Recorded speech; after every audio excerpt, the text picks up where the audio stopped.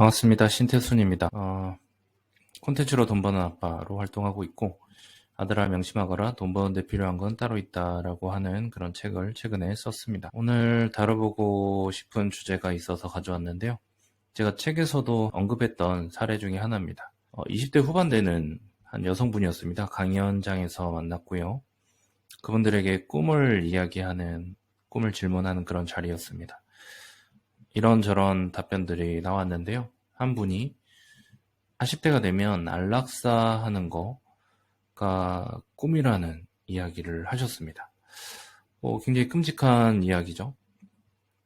받아들이는 입장에서 낯설 수도 있고 끔찍한 얘기라고 저는 그렇게 받아들였습니다. 하지만 놀라운 거는 그분의 표정이 너무나 진지했다는 거죠. 진지하고 오랫동안 고민한 그런 느낌이었습니다. 그게 어떻게 보면 더 무서운 상황이었던 것 같아요. 지금에 맞이한 현실이 힘들어서가 아니라 오래 고민했다라는 그런 느낌? 그게 더 그 분위기를 더 무겁게 만들었던 것 같습니다.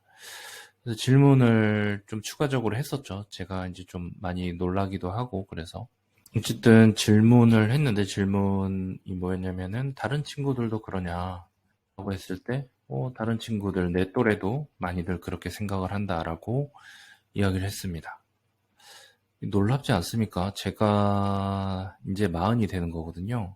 그런데 20대 친구 한 여성분께서 그렇게 얘기하고 많은 친구들이 그렇게 생각을 한다라고 얘기했을 때 저는 매우 충격을 받을 수밖에 없었습니다. 어떻게 보면은 그분들에게 내가 앞으로 어떻게 살면 좋을지, 어떻게 돈을 벌어야 할지 그런 이야기들을 하고 있는 강의하는 자리에서 40이 되면 목숨을 끝내는 게 낫지 않을까라고 생각을 하고 있는 분들에게 혹은 그런 분에게 어떻게 보면 사실 오지 않을 미래에 대해서 제가 한참 떠들고 있는 거잖아요.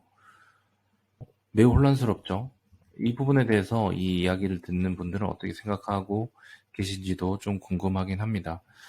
저는 그때 매우 슬펐고요. 그 다음에 생각보다 지금 20대에 혹은 20대가 가지고 있는 그 우울감이라던가 미래에 대한 불안감 그리고 기대 없음 이런 것들이 정말 심각하구나 이런 생각을 좀 많이 했습니다.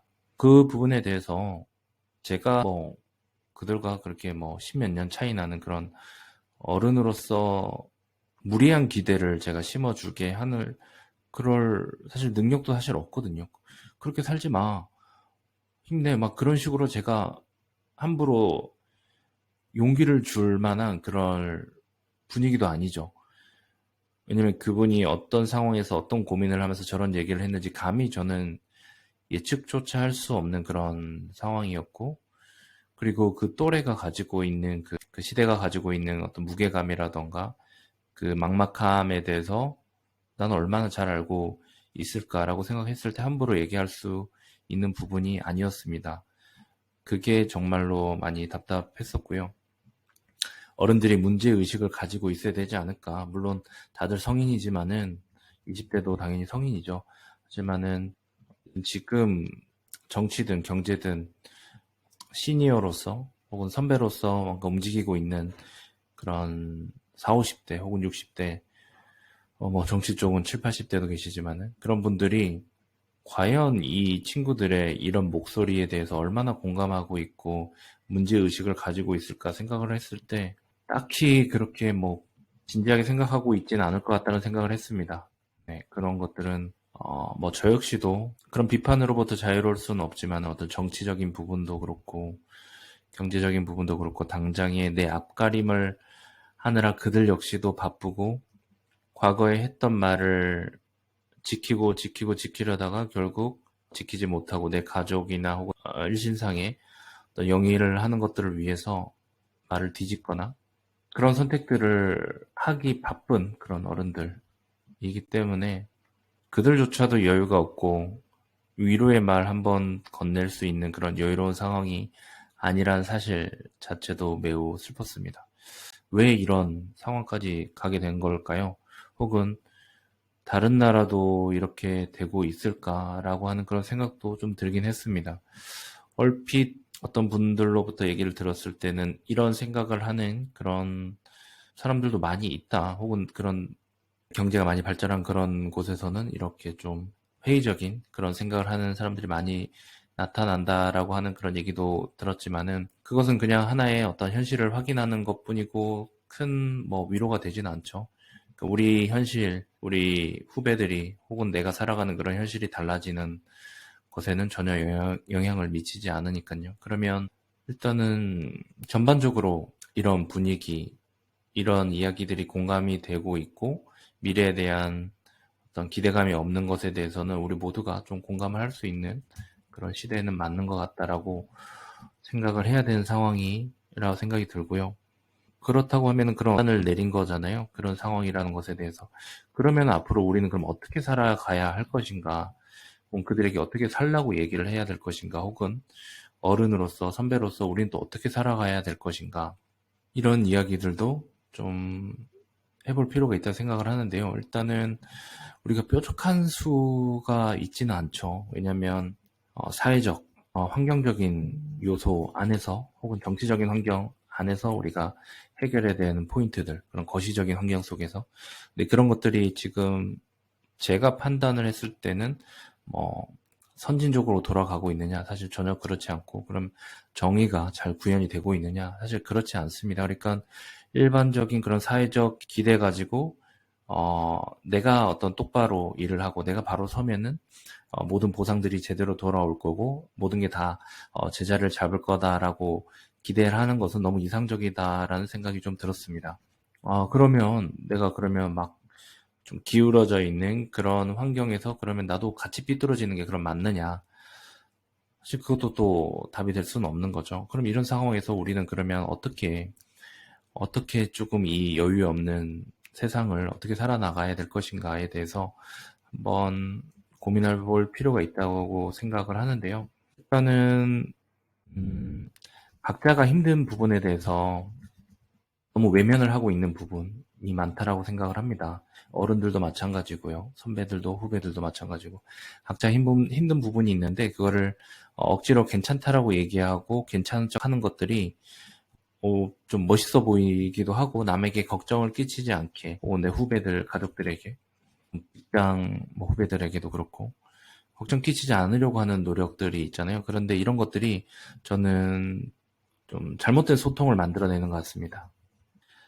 무슨 말이냐면은 내가 힘들다라고 표현을 하면 이게 징징거리는 것 같고 되게 무책임한 것 같고 어른스럽지 못한 것 같다라고 하는 그런 내재적으로 그런 판단을 많이 하고 계신 것 같은데요. 사실은 그런 행동들을 하기 때문에 내 주변에서 내 감정에 대해서 제대로 알지 못하고 가까운 가족들마저도 그래서 잘못된 반응들을 계속해서 피드백이 자꾸 오는 거죠. 그러니까 내가 괜찮다라고 하니까 정말로 괜찮은 줄 알고 주변에서 좀 관심을 좀 덜 가진다거나 그랬는데 나는 알고 보니 괜찮은 게 아니었죠. 그러다 보니까 주변의 관심이 그렇게 떨어졌을 때 나는 되게 폭발을 하게 된다거나 그 폭발한 것 때문에 다시 또 다투게 되는 그런 악순환으로 간다거나 이런 것들이 많이 발생을 하는 것 같습니다. 그래서 제가 지금 생각하는 부분은 소통이 필요한데 그러면 소통을 잘한다라고 하는 것에 전제 조건들이 많이 필요하다라고 생각을 하거든요. 소통은 말을 많이 한다고 해서 소통이 아니죠. 잔소리 많이 듣는 게 소통은 아닌 거잖아요. 그러니까 내가 듣고 싶지 않은 말을 많이 듣는 게 소통은 아닐 겁니다. 적은 말을 하더라도 맞는 말, 혹은 공감되는 말, 혹은 내 상황에 지금 맞는 말, 내 상을 잘 알고 하는 말, 이런 걸 가지고 소통을 할 때 우리는 짧은 얘기를 하더라도 소통을 한다는 느낌이 들 것이고요. 답답하다는 느낌을 갖는 게 좀 적을 거라고 생각을 합니다. 그러니까 다시 돌아와서 얘기를 해보면은 40대가 되면 나는 거기까지가 내 어떤 마지노선인 것 같아. 버티는 것의 마지노선인 것 같아. 그러니까는 이미 소통을 할 수 있는 사람이 존재하지 않는다라고 하는 것이 이미 전제가 깔린 것 같아. 그 다음 단계로 내가 갈 그런 가망성이 보이지 않는다. 내 후배, 내 선배, 내 가족들로부터, 내 어른들로부터 배울 게 전혀 없다. 그 다음 단계에 대해서 삶에 대한 기대감 자체가 보이지 않는다라고 하는 것들이 이제 어떤 소통의 부재, 잘못된 소통이 오히려 많은 것들이 문제였던 거죠. 소통의 부재라기보다는 많이 강조하잖아요. 하지만은 잘못된 소통 때문에 오히려 소통의 부재보다 더 심한 그런 일들이 생기고 있는 것 아닐까라고 생각을 합니다. 그럼 잘못된 소통은 왜 왔을까라고 했을 때 한국 사회 특유의 어떤 참는 문화, 괜찮다라고 얘기하는 거, 아닌 척하는 거, 멋있는 척하는 거, 쿨한 척하는 거 이런 것들이 저는 잘못된 소통을 만들어냈고 저 사람은 괜찮은데 나만 힘드네라고 하는 이런 오해를 많이 불러일으키게 되고 자꾸 자기 비하에 빠지게 되는 그런 일들이 생기는 거라고 생각을 합니다. 그러면 그렇게 힘든 척을 많이 하면은 그럼 또 문제가 해결이 되냐? 사실 그런 것도 아니죠. 왜냐면 내가 너무 그 감정적으로 힘든 척을 많이 하거나 이래도 제가 나를 감정 쓰레기통으로 생각하나라고 생각하면서 이제 피하게 되고 막 이런 일들도 생기잖아요. 오히려 힘든 내색을 했을 때 나를 만만하게 보는 것 아닐까 이런 일들도 생기고요.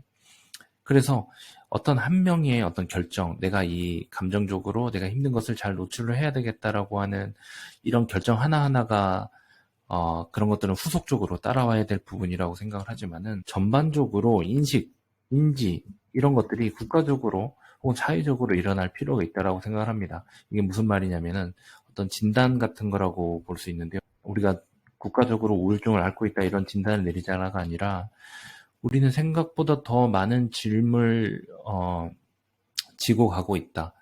각자가 그렇고 또 내가 보고 있는 괜찮아 보이는 상대들도 그런 상황에 놓여 있다라는 것에 대한 어떤 그런 공감대가 형성될 필요가 있다라고 생각을 합니다.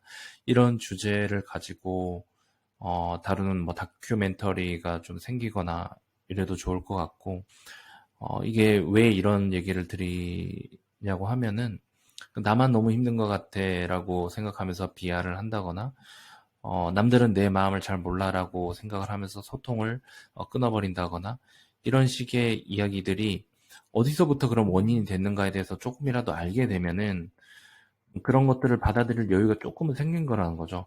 알고 보니 저들도 나랑 별로 다르지 않았구나. 저들도 힘들었구나. 그럴 만한 여유가 없었구나라고 하는 그런 어느 정도 최소한의 힌트, 인지라도 좀 저는 존재해야지. 그리고 그것에 대한 사회적인 공감대라던가 인지라던가 이런 것들이 받아들여져야지 그 중에서 한 명 한 명이 용기 내서 자기 나름의 감정을 표현을 하고 당연히 그 안에서는 세련된 표현을 하려고 노력을 해야 될 것이고 그걸 받아주는 입장에서도 상대가 용기를 내는구나 이런 어떤 공감대가 형성된 상태에서는 이런 것들이 가능하다라는 거죠. 우리가 마치 게임을 할 때 규칙을 정해놓고 자 이렇게 하는 거야라고 하고 나서 하면 그 게임을 할 때 좀 기꺼이 과거에 하지 않았던 것들도 막 하게 되잖아요. 바니 이런 것들도 평소에 할 수는 없죠. 하지만 게임이라고 생각하고 서로 이 룰에 대해서 인정을 했을 때는 그 게임에 돌입을 했을 때 기꺼이 받아들이는 그런 여유 폭이 넓어지죠. 근데 이제 이런 것들이 없는 상태에서 각자가 각계 전투로 책을 보고 나는 감정 표현을 이렇게 훈련을 해야지 이렇게 연습해야지 하면서 제각각 각계 전투를 하게 되면은 이게 제대로 받아들여지는 그런 환경이 조성이 안 돼 있는 곳에서는 다 부서져 나가는 거죠. 이게 해봐도 안 되네. 네. 그래서 저는 이런 환경 조성 자체가 조금 국가적으로 좀 필요하지 않나, 사회적으로 필요하지 않나 이런 생각을 하게 됩니다. 오늘 뭐 이런 짧은 얘기를 좀 드렸는데요. 안타까운 이야기죠. 20대 청년이 20대가 되면 생을 마감할 생각을 하고 있다라는 것 자체가 그냥 넘어갈 문제는 아니라고 생각이 들고요. 그리고 국가 재난이나 이런 것들이 제대로 관리가 되지 않거나 이런 생존을 정말로 고민을 해야 되는 그런 여러 가지 어떤 위협과 그런 상황에서 좀 각자 도생을 해야 되는 부분까지 고민을 해야 되는 그런 여러 가지 압박감 속에서 심지어 돈까지 잘 벌어야 되고 타인까지 배려해야 되는 그런 어려운 미션 속에서 우리들 청년들 그리고 성인들 다들 그렇게 살아가고 있는 게 안타까워서 요 얘기를 좀 드렸고요. 뭐 쉽게 이뤄질 일은 아니라고 생각을 하지만은 그런 데 있어서 저는 이제 문제의식을 느꼈기 때문에 이런 메시지를 한번 꺼내봤습니다.